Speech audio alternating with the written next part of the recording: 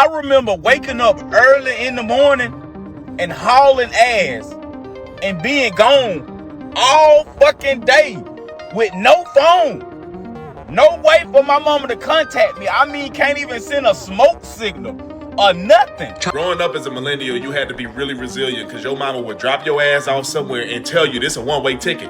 I'm not coming back to get you. So you better find a ride home.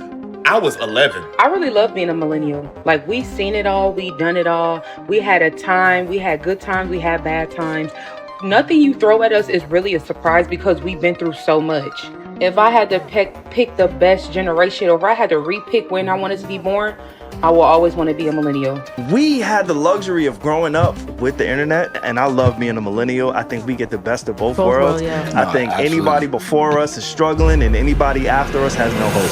Growing up millennial was actually a pretty wild experience. Let's talk about it.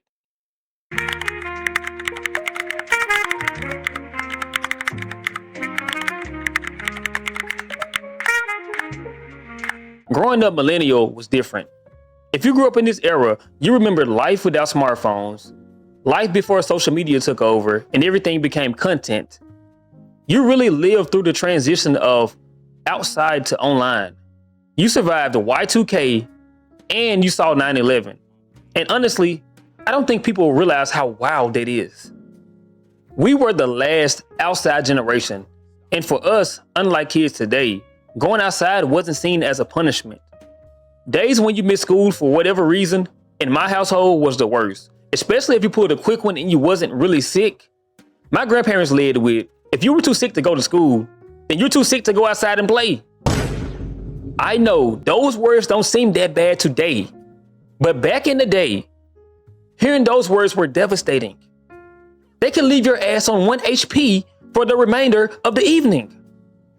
You see, for us, going outside came with a host of a lot of different things.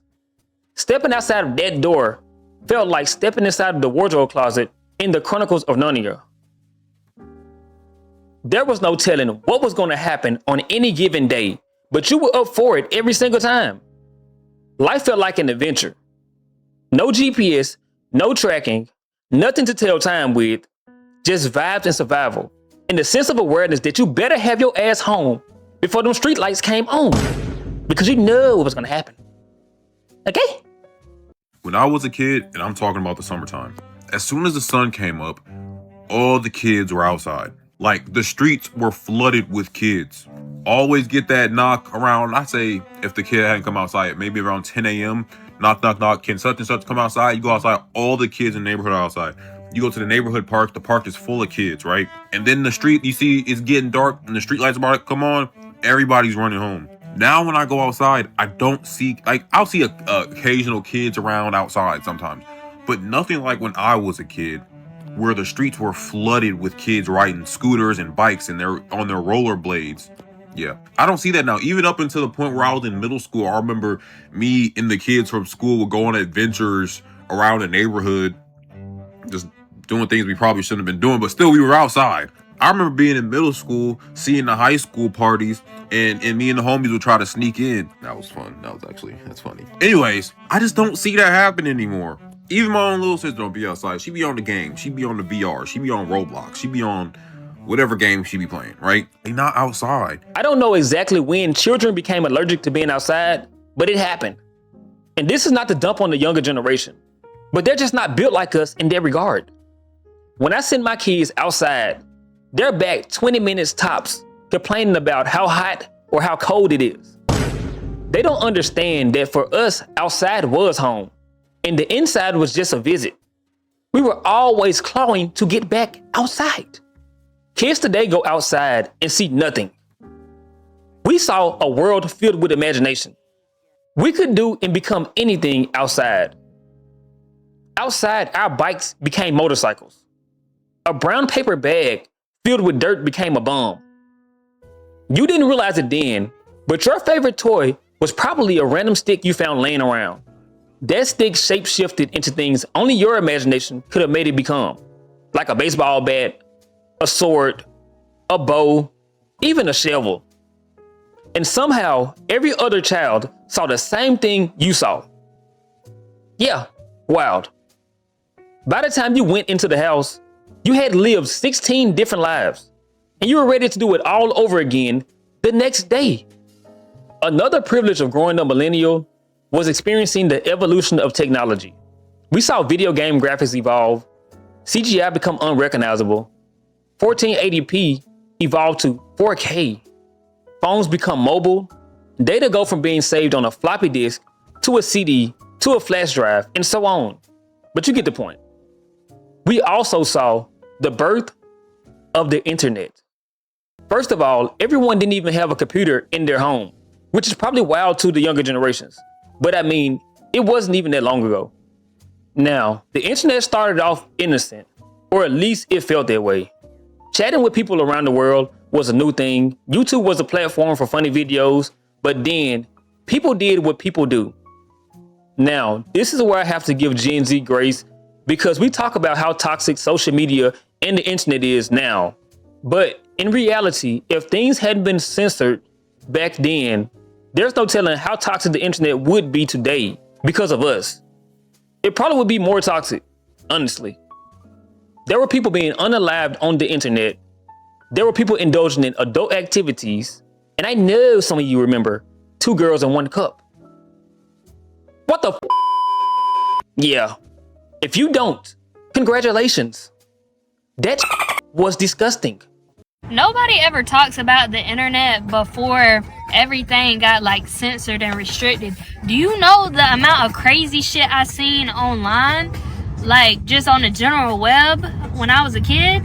That shit is crazy. But yeah, for the most part, things like LimeWire, MapQuest, XGeves, MySpace were things most regular people spent their time indulging in. We use the internet to enhance the world that we already live in, not to create one within it. So yeah, we had just enough technology to make things easier and fun while still allowing us to choose how to be resourceful in a way that information wasn't just given to us or problems wasn't just solved for us. MapQuest was far from your GPS system.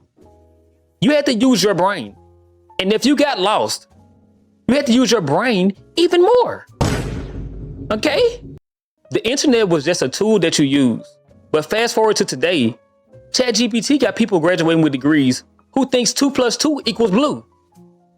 If you live through this era of the internet, do you ever randomly find yourself thinking about just how wild everything used to be? It was madness. Teleport yourself back to the early 2000s. Only 30% of people even had access to the internet directly in their home. And most households only had 1 computer. But there were like 5 parts to it. Like you had the monitor, but you also had a separate keyboard, a separate mouse, a modem, speakers. And you would sign into the internet using dial-up technology. And it would take like 10 minutes. We used to wait 10 minutes just to get on the internet. Before Google, there was this search engine named Ask Jeeves. Before Apple Maps, there was MapQuest. You would go to this site and you had to put in your current location because it didn't know where you were. There was no current location button. You'd put in your destination and then it would give you turn-by-turn directions that you had to print out and take with you on your journey there. And before Facebook, there was MySpace. There was this section on MySpace called your top 8. You had to rank your friends. But before MySpace, there was AIM. It was an instant messenger and you could only talk to people who were also online at the same time that you were. And this era of instant messengers and chat rooms is where internet lingo first began. Remember when there were people who had no idea what LOL meant? And this era of the internet is also to thank for why music is so accessible nowadays. Sites like Napster and LimeWire allowed people to download music and movies for free, which was like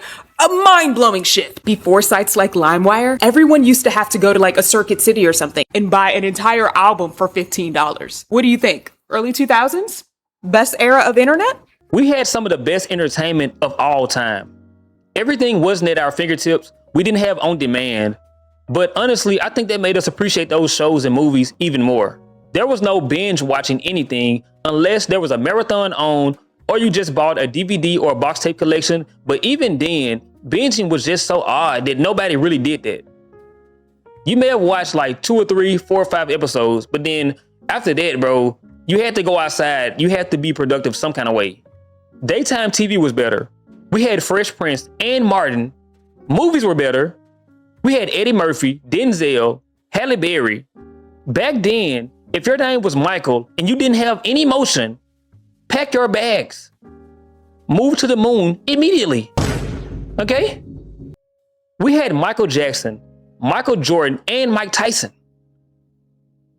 Do I have to say anything else? We set the wave for anime.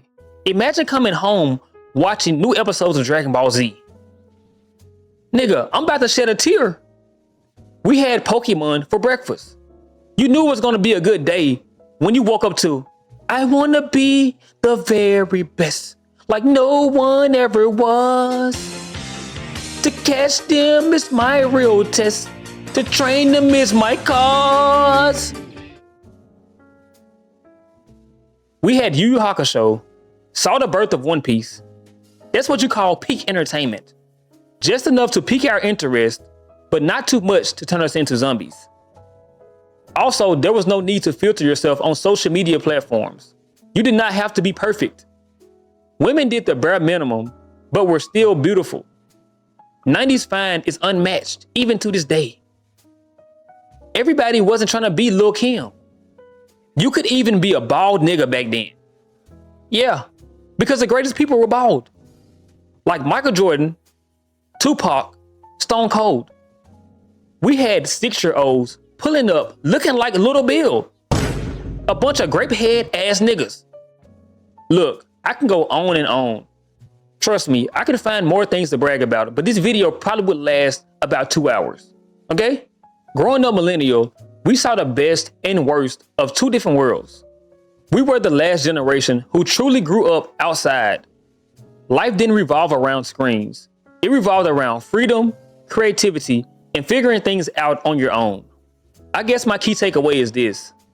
Although things have evolved and technology has become better, better doesn't always give you the best experience. But hey, that's just my perspective. And perspective is different when you live through the transition versus being born into it.